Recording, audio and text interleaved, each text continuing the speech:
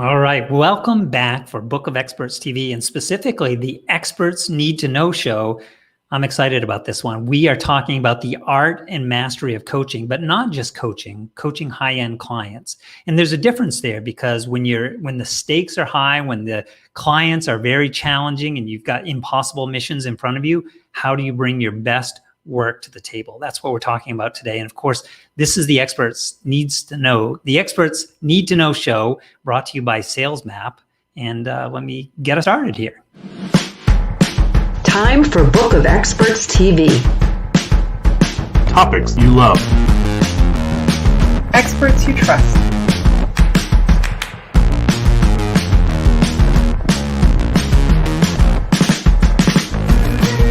Friction-free referrals. Tried, tested, Trusted. This is Book of Experts, brought to you by SalesMap.me. All right, so let's bring our panel in. First, we have Julie Reisler, who's joining us from the Washington. But by the way, the geography is fun here. So we're missing one guest. We're having a technical difficulty, but we are spanning from one coast to the other here with all major metro areas, and that's kind of a fun part of our panel today. So Julie joining us from the Washington, D.C. area. She is an intuitive coach. She has the You-est podcast and the Life Design Coaching Certification Program. We're going to dig into all that in just a moment. We also have joining us from the Chicago area, we have Parissa Behnia with the Sixense Strategy, and we're going to talk a little bit more about her badass approach to the coaching field. I'm excited to hear more about that. There's another title that maybe we'll even get into that, Parissa, because I know you have a whole story about you and I. When we first connected, you were introduced to me with a pretty interesting way. I hope we can explore that as well. Right. And then our third guest, John, we're glad to have you here. I didn't know if we're going to get you in or not, but joining us from the West Coast side of things in San Jose, just outside of the whole tech sector there in California, we have John Hittler, the man with the most unfortunate of last names, but the greatest senses of humor that you'll ever meet. He is a nine times entrepreneur, coach of CEOs, and author of 2 books, now working on your 3rd as well. So welcome, John. Thank you. Super excited to have all of you. Again, the topic today is the art and mastery of coaching. And you guys are rock stars in this space, each of you working in your own particular fashion with a unique set of clients. And I say unique because it's different for each of you, but the big challenge is they are demanding, the stakes are high, the challenges are impossible, and you each have brought a unique approach to doing this work of coaching. And that's where I want to start with the panel today. I want to talk about what is coaching at its heart and how is it different from the consulting field. John, I'm going to give you a minute. You just joined us coming in late. I'm going to give you a second to catch your breath. Julie, you are first on. Let's start with you. Tell us about coaching, and specifically, I know your background with coaching through Georgetown, your work at Georgetown University. Give us the lay of their land for the coaching space. Yeah, I so excited to be here with everybody. I love this question because I think it can get confusing what coaching and consulting thing, they're different entities. Coaching, the reason I'm in love with this work is because it's really helping your client to tap into, to uncover, to unleash their inner wisdom, their potentiality, their, what I call your You-est your highest self, your best self. And it's the coach becomes the expert at listening, asking powerful questions, holding a really safe space so that your client, whoever we're working with, is able to discover their greatness. And different than consulting, you're not giving advice, you're not saying what to do, you're really empowering your client to really uncover what is already within them, and then to come up with co-created action items that are going to help them to fulfill their dreams, their desires, whatever it is, or their habit they're trying to change or shift. The reason I love Georgetown, and I got my master's degree in this whole field at Maryland University of Integrative Health, had taught there and at Georgetown, is it takes this integrative approach. It looks, as Georgetown says, the cura personalis. It really looks at the whole person, because we're not just obviously our career. We bring all of it. We bring our stories and all of it. So it looks at how do I work with you from all lenses of your life? And how do we tap into the best of who you are? So what I heard there was an integrative or holistic approach for the whole person, empowering them, and that the knowledge, it's not just an exchange of knowledge, which I think is very relevant in today's world because we have access to more information than ever before. We literally the production of knowledge and information around us has become exponential. You can't keep up with all the information. It's the ability to know what to do with that knowledge. Is this as simple, Parissa, I'm going to hand this one over to you, but is this as simple? Coaching and consulting is the difference between teaching a man to fish or a woman to fish versus just handing them the fish and feeding them for a day. What is your take on this coaching, consulting, and this whole field and industry that we're exploring today? Yeah, I love the question, and really difficult to follow how Julie described it. So thank you, Tobin. But, I like to say that people don't hire coaches so much as they make an investment in their future transformation. I'm the person that helps them get out of their own way.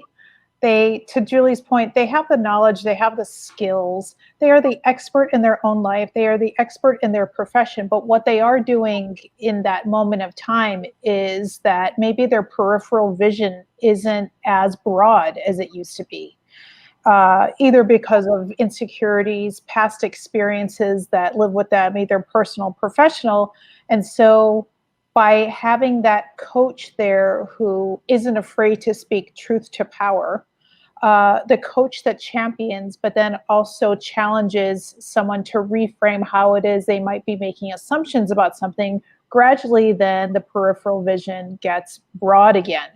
And seeing those aha moments is really powerful because the client has created the aha moments. The coach hasn't done that for them.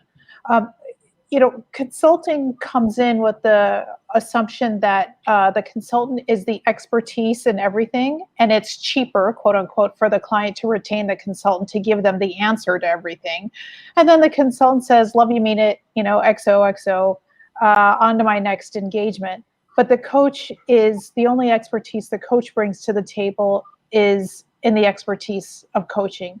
And the coach has the faith that the client will get to where they want to go because they're leaning in to that desire to kind of capture whatever audacious goal they've set for themselves. All right, John Hittler, I'm coming to you because I know you have some very strong feelings about this specific question in the coaching field. But before we do that, I want to give a shout out to some of the folks that are joining us. So Parissa, you'll appreciate this. Bernie's joined us. He said Chicago's in the house, so I think he's cheering you on. We've got Tina is also, she said hello, everyone. Andrew as well. He said hello, everyone. So the group, folks, if you're joining us for the first time in the audience out there, a couple things. One, say hello. Say, shout, say I'm a newbie here, or, just say hello so we can follow up and build the connections, those relationships with you. That's a really important part of getting to know not only the experts here on the panel, but also part of our audience. And join us for after the live stream. Before the top of the hour, we'll be wrapping up the live streaming part of the Experts Need to Know show so that we can go into the networking. And the link for that is the Blitzr event. You'll see the Blitzr link in the comments or in the show notes. You can join us over on Blitzr. We do a really cool after show meetup, and you'll get a chance to meet 5, 6, 7 other experts, as well as folks here on the panel. So very much encourage you to do that. John, I'm coming back to you now. Tell us about your take on coaching. You and I have had some discussions when I first got to know you. You have very strong feelings here. So this is your platform now. Yeah, and Julie and Parissa both outlined great perspective for what a coach does, because the coach is not supposed to give you the answer, and they're supposed to unlock the answer within you. Great. There's different ways to do that. Tobin, you and I have talked a lot about one of the big mistakes that I see coaches do is they work with people on goals. And it's heresy for me to say that, because you say, well, your job is to help them get their biggest goals. And it's funny because goals oftentimes, if you take something like, well, I'd like to lose 20 pounds this year, there's nothing about that sounds anything but hard work and suffering. And a lot of goals are that way. You kind of we have to raise sales 25% this year or the company fails. Okay, we're much more focused on releasing the, if you will, people call it the why, but we want to release their spiritual and their creative side to chase whatever they're doing. And unless it's celebratory, we won't let it be on their list. It has to be a celebratory event, which drops goals mostly off the list. But what ends up happening is they give us the celebratory version, like the ultimate version of that event or outcome. And then they would chase that whether they got paid or not.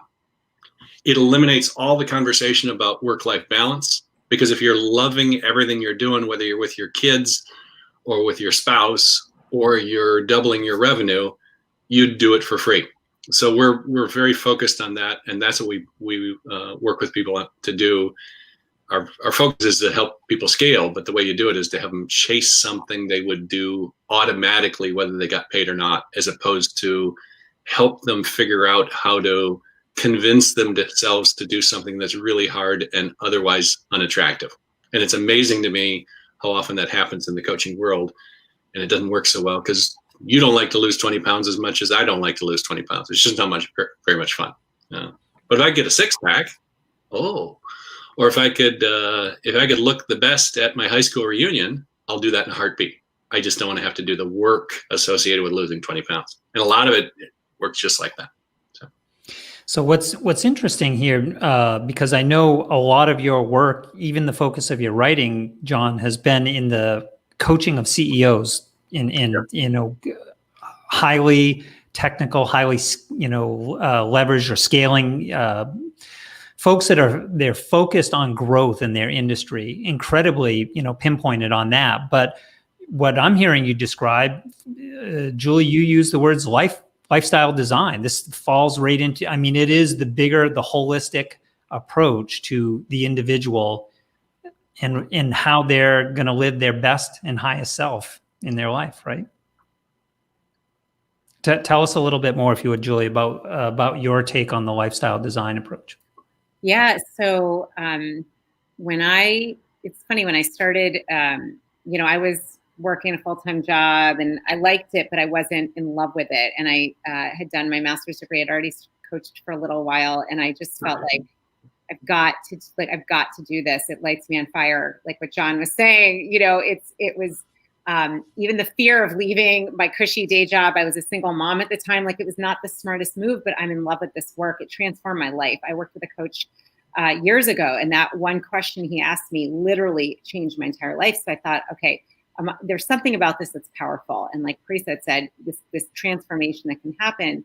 So when I made the leap, I started as, this is about my own business about 6 years ago. I've been coaching about 10 years, but I'll tell you, I just started to feel like it's more than just, the word coaching almost felt like it boxed me in. And so I decided, this is the first thing I spent my revenue on, was I trademarked the term life designer, because I felt like what I'm really doing is we're really designing your life the way you want it to be. And I believe the way to do that is to tune into your inner wisdom, your heart intelligence, your intuition, and to create it from a place of, similar to what John was saying, of that appreciation of that what lights you up, what makes you excited, what do you want to get out of bed for? So life designer for me felt more all-encompassing, and it just felt more authentic and more integrative. So that was, I don't know, a smart move or not, but it was literally before I paid my bills, I paid for this trademark.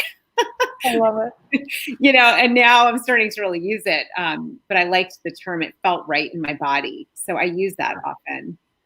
So I want to challenge, I'm going to play devil's advocate here with the group for a moment, because I know a little bit about all of you guys and the level of clientele, and specifically the high-end clients that you guys have all worked with. And Julie, you've had them on the podcast, and, there's a whole history and story there. But when I hear lifestyle design or goals or weight loss goals or anything, I'm thinking life coaching. But this, like, what is coaching? And usually life coaching tends to be considered like a first rung. I don't want to judge it because it has a value, but it's also not where people often think about when you're working with CEOs, celebrities, influential people at the highest levels. So Parissa, give us a little bit more perspective on when you're working with the highest levels of clients, what's going on there and what really brings them in to engage a coach, because some people aren't, but the high performers are, and what's happening behind the scenes there to make that happen? Yeah, it's a great question. So a couple of things are true. One is that the most important sale you make is the emotional sale to yourself. So regardless of a rabbit's foot or a Rolls Royce or working with a coach, there's always something going on emotionally with the person that leads them to do something or not do something. And so what goes on with people, regardless of level in an organization, is, and maybe more specifically to the types of people I like to coach, is even though you're surrounded by an awesome group of people that you adore, sometimes you feel like you're alone in a crowded room. Sometimes you are the square peg, and there's a series of round holes. Sometimes you just want someone to tell you the unvarnished truth or help you get acquainted to the unvarnished truth. And a lot of these high-level leaders have the same insecurities of everyone. And so in as much as, I like to say I do executive and strategy coaching, it really is a conversation around what is going on with this person as a leader, and their life is a part of that. It's how they feel about themselves is a significant part of that. They're not robots. I mean, they all put their pants on one leg at a time. And we all mess up. We all have really awesome peaks and maybe not so awesome valleys. And where and how is it that they can connect with what they're passionate about? So I'm really tracking nicely with what John and Julie have been saying. And here it's accountability is at the intersection of your head and your heart. If there's no passion there, if there's no fire there, it really, you're phoning it in at that point. You're miserable. The day lasts a million years. And so wouldn't it be nice if we connected someone's passion with the work they were doing, and then such that it always feels like play? Which is why I'm such a big fan of The Big Leap by Gay Hendricks, is that he really calls out this distinction between zone of genius and zone of excellence. Wouldn't it be nice if we all lived in our genius and it felt like no matter what we did, no matter how hard we worked, it always felt like fun and it always felt like play? Well, that is one thing that I notice about each of you is you are all working with high-end clients, and you all tap into that unique aspect of bringing this in. Our topic last week on the expert panel was bringing more play into the workplace, and we had experts talking about how that actually happens. You guys are talking about it from a perspective of passion and energy and the uniqueness that makes each of us who we are and what we love, and something that happens on the internal side as part of coaching being the process of being able to tap into that. John, anything that, we jumped away from you a little bit earlier, anything that you would add to that aspect? And then I want to come back and talk about the how. Sure. The only one small thing, and both Julie and Parissa have mentioned it, is this idea that when it's a talent, it's not a career, and people mistake the two. You say, if you have a talent that brings you joy and passion, and it's what you might call a calling, bring that talent with you to work, as opposed to bring your career and try and jam it into your passion. Because it works really well one way to bring your talent to your career. It doesn't work so well when you bring your role, your responsibility, or your job description and try to jam it into your talent. So that's when we have fun with clients, is when they're doing the same thing they would do passionately in their private life as they are in their work life. It's because they're exercising their calling, their highest talents, their passion, their ambition. I mean, of the four of us, we could all go to work, and I like competition, you like collaboration, someone else likes empathy, and the third person likes teamwork. And you say, couldn't we all attack what we do with vigor and passion and do it a little bit differently? Yes. Instead of saying, well, we need we need competitive people to do empathy. You say bad fit, really bad fit. And we need teamwork people to do it. No. Unleash that in individuals, then you don't have to worry about it. It takes care of itself, because the people will play all day, every day, and you never have to motivate them. You never have to manage them. Throw a little bit of lunch in there every once in a while, and they're good to go all day. So, I want to ask you guys. I read a hierarchy, a statement. Maybe it was in a quote, although I didn't write it down that way. But I want to share this with each of you, and I'm curious to hear your thoughts. And that is the process of coaching is built around the asking of questions, and that an average coach will help people find answers to the questions that they have. A great coach will actually challenge them about the questions that they're asking, and an extraordinary coach will help them ask more powerful questions. What is and Parissa, I'll hand this one to you first. What is your take on this coaching as question, asking of questions? Generally, yes. And I liked that last piece where it was asking more powerful, more transformative questions. I just came out of a 5-day mastermind with a coach who leads it. And so it's this bunch of powerful coaches. And so the beauty of it is that we don't let each other off the hook, not because we wake up feeling like we want to be mean to someone, but we know what the transformation is on the other side of asking that powerful question. And so there is an opportunity cost to not asking the powerful question. And what do we miss? What aha moment, what unicorny thing gets left undiscovered because we've been afraid to ask the really tough questions, not only of our clients, but also candidly, sometimes coaches are afraid to ask themselves the really tough questions too.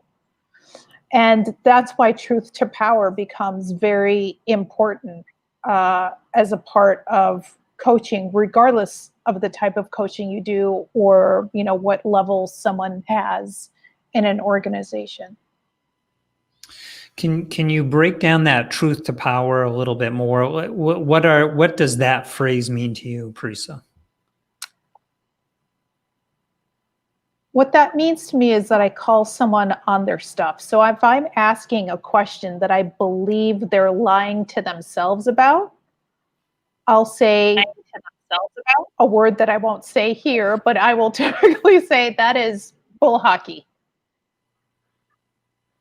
Because not only do I know that to be untrue, they also know it to be untrue. And so my coach likes to say he's there to serve and not please. And so that is something that I take very seriously as my responsibility. I will tell someone when I believe they're lying to themselves. And I will hold space for them when they admit that, yes, they have been lying to themselves. I've had coaching clients walk out being very unhappy with me after a session. That's how I know I've earned my money for the week, because I've made them think. And that's what's so important about the work we do is serving and not pleasing. Julie, with this phrase of holding the space has also come up a couple times. Can you talk about and maybe you don't use that phrasing, but for your intuitive coaching that you practice, that you teach and certify in, what does that kind of approach mean in your world? Yeah, I love this question. Holding the space, to me, it's really about having this presence that is fully aware, awake, conscious, and creating this container, so to speak, where your client can feel free and open to share whatever is going on without judgment, without anything other than, I think of it as like an open playing field. There's no motive, there's no agenda, there's no judgment on my end. You could think of it as I'm there literally as both a witness and there to hold up a mirror. And that has, having had that shift and transformation in my own life, having someone hold space for me like that, there's nothing else like it. I actually think it's what many people are starving for, is having, a space where you're being listened to at that level. There's a very deep listening that occurs in holding space. And when a client feels safe to be able to share or to speak or to process or whatever might come up, that there's a aspect to that, a strength in that, a power in that you generally cannot find in consulting, sometimes not even in counseling. It's a really, to me, it's a sacred space of allowing for my client to be with whatever emotions are going on, and to being with that and not trying to fix it, change it, but just to really be there and help navigate how they want to move forward, where they want to go. And I do use a lot around intuition and body wisdom to help with navigating while holding the space. And John, I want to bring it back to you because it just opens a can of worms of more questions to me. How do you help people get real so that you can do the real work of the coaching with them when they might struggle to get real with their team at the corporate level, their board of directors, maybe even their spouse at home? How are you helping them at the coaching level to really pull back the layers and see what's the real work to be done? That is the work of coaching, that's the irony of it. And both Parissa and Julie set it up perfectly. This idea of creating space or holding space, it really is a listening place. People think it's some sort of hocus pocus, and you say, no. This area of deep listening where they feel heard.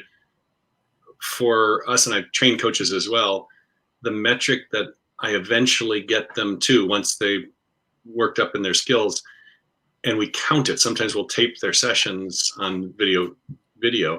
How many times did you literally stop the client with your question? And so many coaches have scripted questions, and scripted questions get scripted answers. They get tape. Basically, it's a recording. And so what I love to hear from clients is they say, oh, I never thought of that. Or, well, that's a good question. I have no idea. That's when you're listening. And people think it's that you're a good question answer. It's got curiosity around it, but you're listening to the 10 things they're not saying in such a way that you say, huh? And sometimes it's as simple as, is that the way you want to show up as your kid's parent? And they'll go, I hadn't thought of that. Yeah, you're showing up in a way that you don't want to be yourself. So we count that as kind of the only metric that matters, because if they're stumped by that, and Parissa said it, sometimes they get so angry with you. Most of the time, no, but they're confronted enough that it can have them actually, you see emotion when that happens.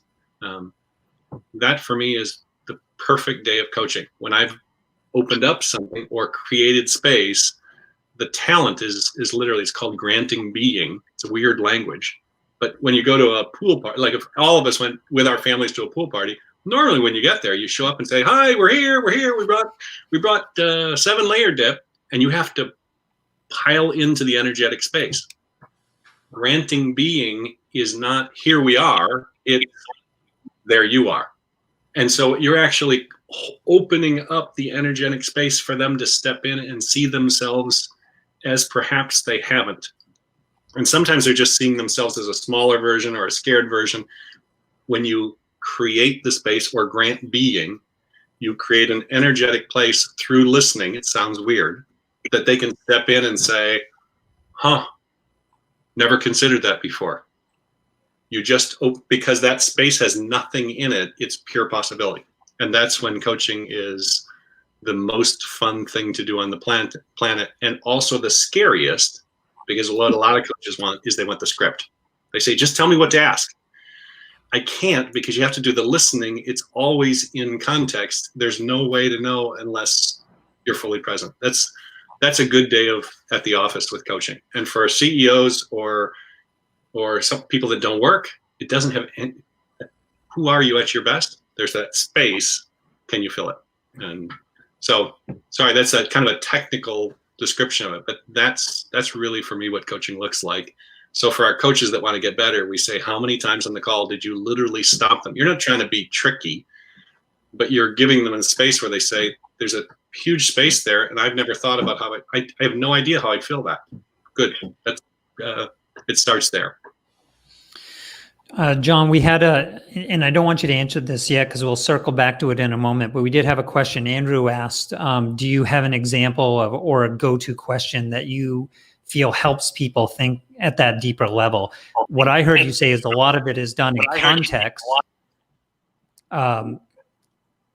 And for Julie and Parissa, in a moment, we're also going to transition. We're going to take a left turn in the conversation because I also want to explore the who for each of you, because I think that's part of this conversation about working with higher end clients and really at the heart of the doing your highest and best work in this art and mastery of coaching. But John, can you just address Andrew's question before we move on into the who for each of you? Give it to me again.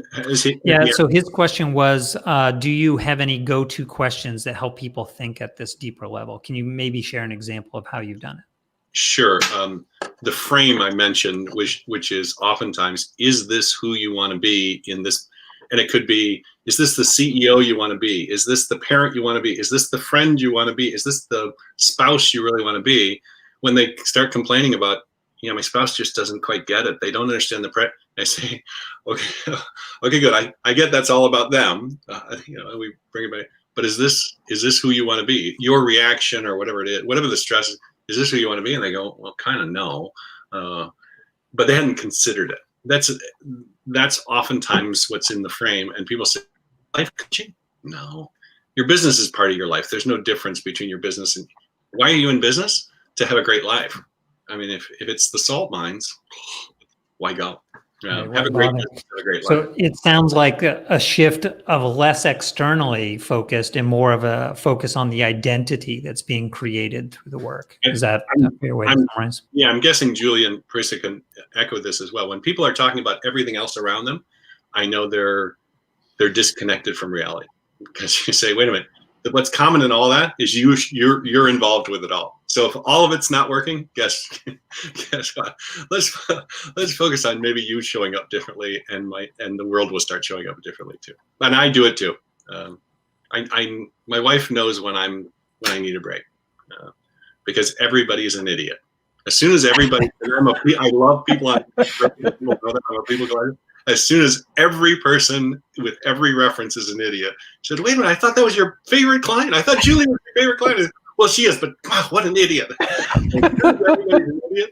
From the grocery store checker to my best client, my wife says, you're tired, you need a break. I go, oh gosh, you're right, I do. And I can't see it. She can always see it really fast. I don't ever call her an idiot, but she's probably an idiot too in those moments. You're getting a lot of nodding heads, some chuckling, and I have to say I resemble that remark. So, yes, I see that. I see that totally in myself as well. I want to make this left turn because part of the challenge that I hear from other experts, coaches, consultants out there, they're trying to figure out, we hear phrases like the riches are in the niches, or broad is broke. You guys, the three of you, have all defined a niche, a point of differentiation that has made you meaningfully unique in your space. Julie, you've had unbelievable rock stars on your podcast and through your coaching work. Parissa, your clients are like the Harley Davidsons of this modern badass leader that you're working with, bringing into the world. And John, you literally have written the book on genius, the 1 in a billion kind of genius. How have you guys been able to find your space, your unique space, your tribe that you're working with? What was that process like? I want to explore this a little bit because I'm seeing an awful lot of people get hung up here. You guys have solved something. Can you help us in a minute or two here, walk through what that was like for you. And so, Julie, I'll bring it back around to you first. Yeah, so let me just say this. I have noticed that this has iterated a little bit as I've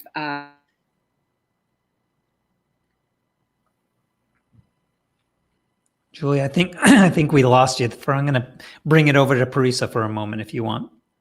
If you can take over, and we'll see if we Yeah, can. absolutely. realizing that can shift. Oh, Julie, we lost you. You froze on us for a second. So I'll let you finish what you were saying. Can you hear me now? I think we're good now. Yeah, go ahead if you want to finish that thought. Yeah, just we don't get a roadmap with this. So just to know it's okay to iterate and expect it. For me, it's frankly an area of life that I've moved through quite a bit. So a lot, the clients I tend to work with are very high achieving, big hearted, often intellectuals, those that have a lot of schooling, have done a lot of life as action oriented in their, goal setting, accomplishment, achiever. If you do strength finders, probably between 1 to 4 as achiever, but really want to be able to make the bridge into learning how to tap more into an inner wisdom, and inner guidance. And so I tend to get a lot of these, you call them left brain high achiever, I call them big hearted high achievers. That tends to be my client.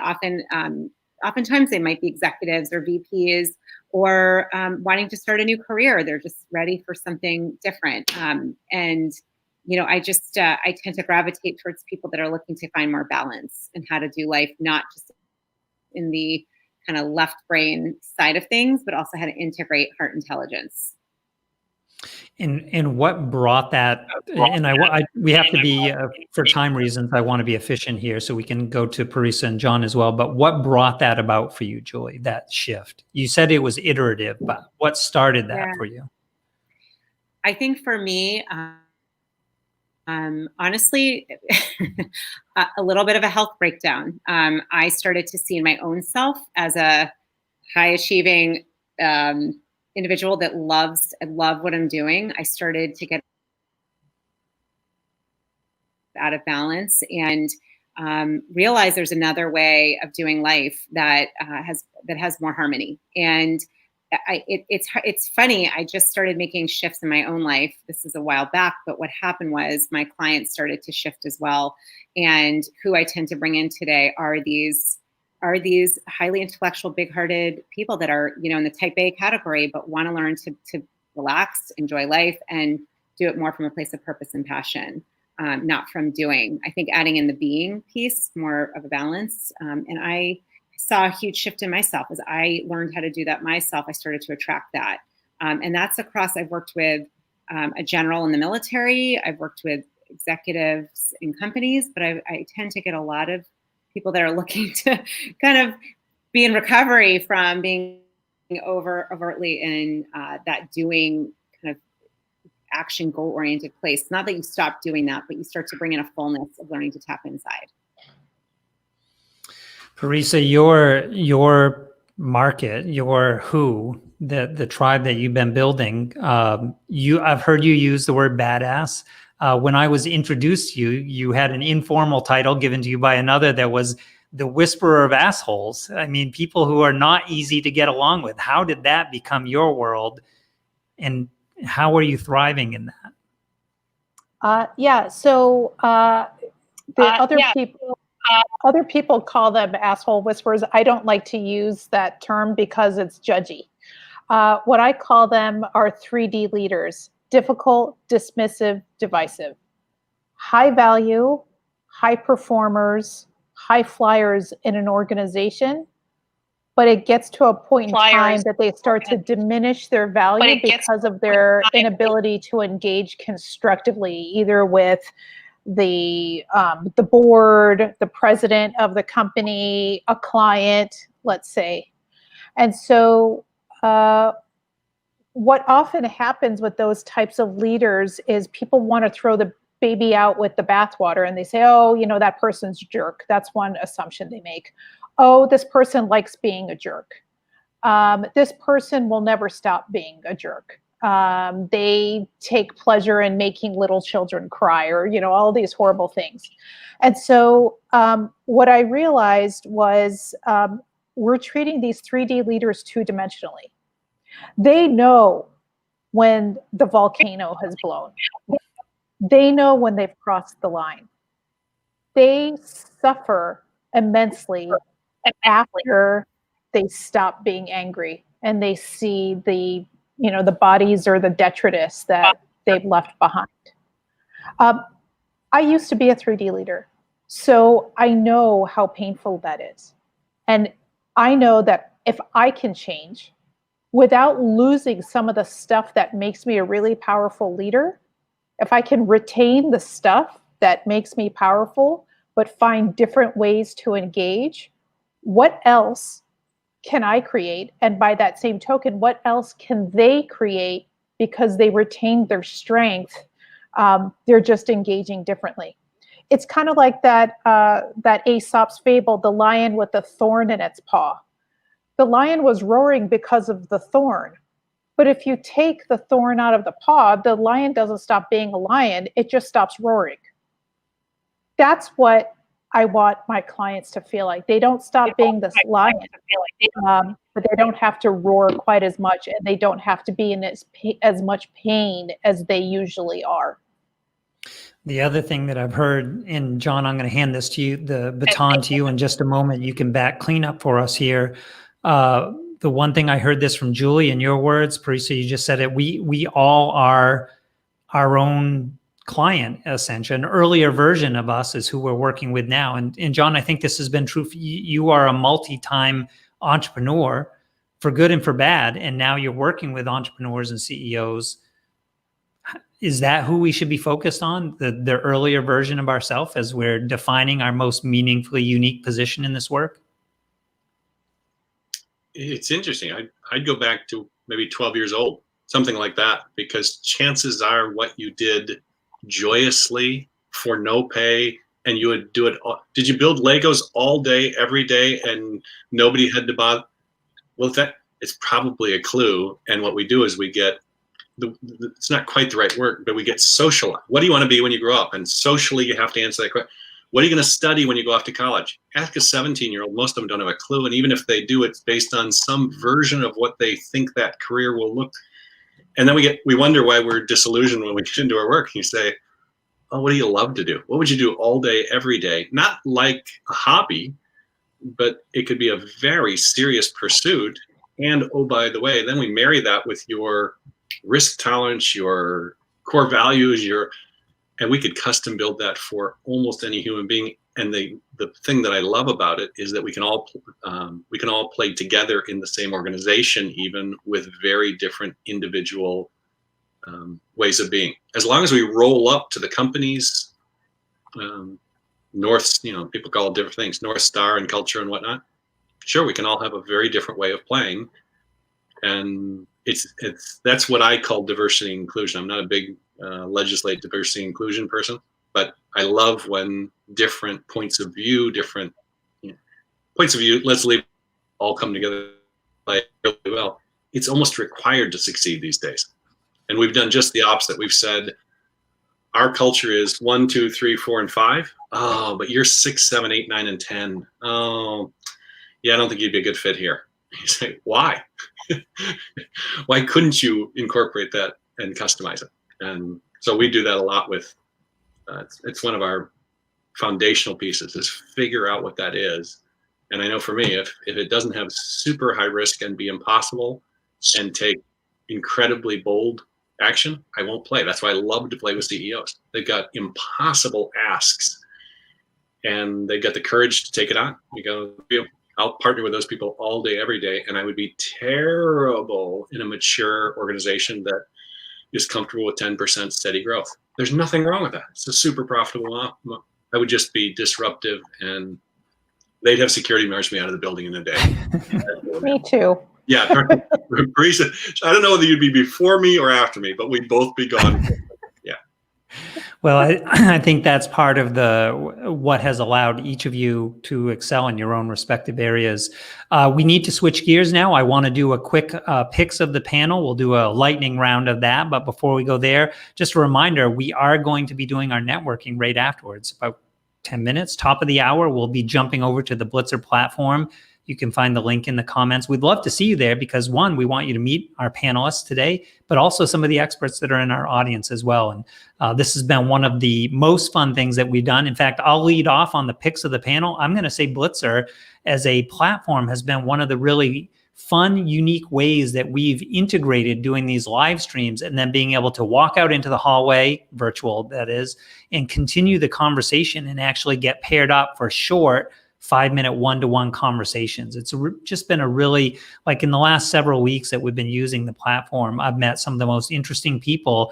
You only chat for a couple minutes, but you get to decide if you want to continue the conversation afterwards. So highly encourage all of you to join us on Blitzr and join the conversation there as well. Parissa, I'd like to have you lead off with your pick of the week from the panel. Well, I mentioned it earlier. I'm obsessed with reading The Big Leap over and over again. Every time I read it, there's something else. There's something that I've missed that I finally pick up. So highly recommend it. It's a great read on Kindle. Yes, I actually just handed that book, finished reading it myself, handed it over to my wife today as well. So Julie, how about you? What is your pick of the week? I, of course, have two. Sorry, overachiever. I would say Heart Intelligence is a must-read by Dr. Deborah Rosman, Howard Martin, and Dr. Roland McCready. It's just incredible. It's a game changer. And then The Placebo Effect by Dr. Joe Dispenza. Those are my two. And I believe, just to name drop a little bit, but I think you've had Joe Dispenza on your podcast as well, or has that episode not come out yet? I know I've heard you talking about it. So it will. Yeah, it will. I have Dr. Bruce Lipton and Greg Braden, and Dr. Joe is coming next. Up. Very exciting. Yeah, they're the trilogy. Yeah, if you guys haven't listened to the USU podcast, definitely something that you want to check out because Julie gets amazing guests there. John, your pick of the week. Sure. My mind goes to how can I beat both Parissa and Julie? And I realized one did two, so I'd have to have more than 3 to win, but I'm not going to do 4. I'll do 2. First one, and it's a Bible for me. I read it at least once a year. It's called Power versus Force by Dr. David Hawkins. Essentially what it does is it grids, it scales what he calls levels of consciousness. You could call them moods or attitudes, and it tracks it to how you behave powerfully. And you can move up in power. Very, very interesting read. He built it based on he's a clinical psychologist, but it's an algorithm, so he can prove it. That's the first one. And the second one, I just finished it for about the 3rd time, is Thinking Fast and Slow by Daniel Kahneman. Brilliant book. Again, it talks about why we make decisions the way we make them, how we do it, and how we shoot ourselves in the foot a lot doing that. So those are 2 I would throw into the mix. So one of the things I want to share with folks out there, first, our topic today was the art and mastery of coaching. We have had an amazing panel. Love having you guys on. In fact, I'd love to have you guys come back, do more discussions about this as well. I want everyone to notice that when we did the picks of the week, it was book, and also I want to point out a number of books that were being reread to pick up added insights, maybe the second or even the 3rd time through a book. So I think that's a really interesting aspect, particularly when we talk about the work that each of you do at the highest levels and with what I'm termed our high-end clients. So the most demanding, the most challenging, highest stake type of work. So again, we have to wrap up now. We have to switch gears and get over to the Blitzr platform. Very much appreciate having you, Julie, Parissa, John, joining us for the panel today. This is the Experts Need to Know show. It's something that I love doing because we meet the most interesting people this way. We pick a topic, we build a panel around it. Next week, we're actually going to be talking about boosting your visibility You could be guesting on podcasts. You could be speaking from a stage, maybe going live like we're doing right now. We're actually on 7 different channels, everything from Facebook to LinkedIn to YouTube and Periscope. Did you know Periscope is still a thing? That's how you get onto Twitter if you want to be live there as well. So I hope you join us next week. We're going to do the exact same thing. We'll go live at 4 p.m. with the Rockstar panel. And then at 5 p.m. Eastern time, we'll actually jump right into our networking event. So I hope we get to see you guys over there shortly.